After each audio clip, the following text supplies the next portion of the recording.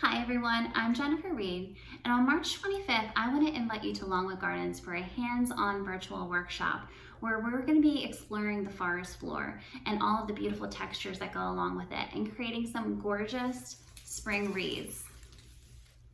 I know that spring is normally synonymous with bright colors and bold plants, but there's this whole other element that sometimes gets forgotten, all those gorgeous mosses and the fun fungi and the textural beautiful greens that start to emerge through the snow. So we're going to have a lot of fun exploring some of those materials and creating some amazing things. In your kit is going to come with so many beautiful elements in terms of some fresh flowers. We have some drieds and some mosses and some mushrooms. So we've got so many fun things to play with. And normally too, there's always some things left over. So I'm going to show you some other ways that we can utilize some of the things in the kit as well. For instance, I made some cute terrariums out of some mason jars, an even larger one if you were more interested in doing something like that for your table. And I even did a little compote piece to kind of put in like a powder room or on a small end table. So there's so many things that we're going to learn during our time together. So I hope you will join us. It's going to be a fun few hours where we're going to learn a lot of amazing things together. Not only are we going to get some beautiful materials to make a wreath, but we always have some extra trimmings left over that we can create things with. For example, I decided that I had some extra moss, so I made this little terrarium, and it was really easy. Everyone has a mason jar laying around, so I layered in some rocks and some mixed moss that was left over, and it's just an easy little thing that you can probably put on like a shelf somewhere. If you have a lot more left over, if you decided to leave a lot of it out, I made a larger terrarium, and I kept one of my mushrooms aside and decided to put that in. And I did the same premise.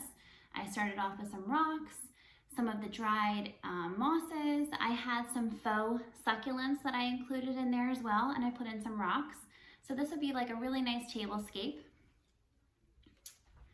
And then if you wanted to, you could even do a mini little vase arrangement. Everyone has that random vessel laying around that's like a nice size for a small piece. So I'm going to use this one. This is one of my favorites. I am using a piece of chicken wire, which I kind of like bundled up just because it's a great way of keeping your flowers all in place. And I'm inserting it with about a half of the container filled with water. Now, if you don't have chicken wire, you could do a grid system with tape. So all you're gonna do is do 2 pieces this way and 2 pieces in the opposite direction. That way it gives you a grid so nothing pops out. So I'm gonna start off, since we use so much of the moss in our design, I had some left over of the Spanish moss, which was the one that had more of like the brownish grayish color to it. And I'm going to actually put it right over top of my vessel because I want it to be part of the design and part of the texture. And I just kind of pulled it right over top of it, just like that.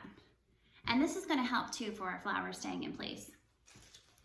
I'm going to start off with the grevillea, and I'm just going to start inserting it just like so, making sure I pay attention to all of my sides by turning it every time I insert something. If you have a Lazy Susan, you could use that as well.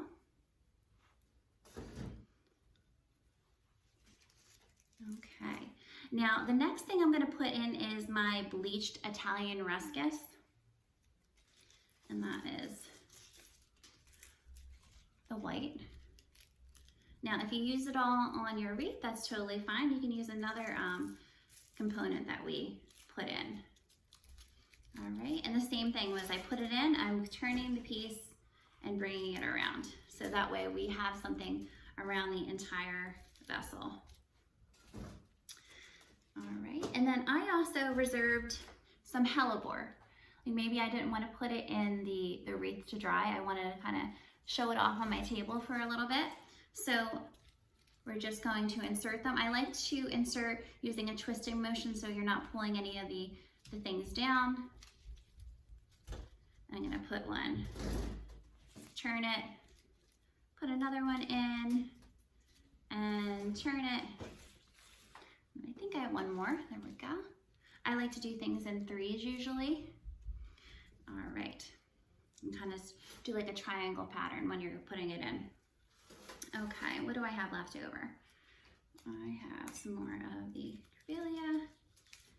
And what's great about putting the moss in there is you really don't need that much material because the moss kind of fills in all of those holes.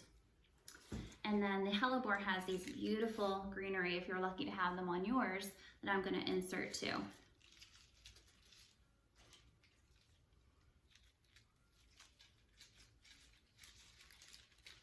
Okay, and there you have it. You have a nice little piece that you can either put on a cocktail table or a powder room, and it'll last for a while too because a lot of it's dried already.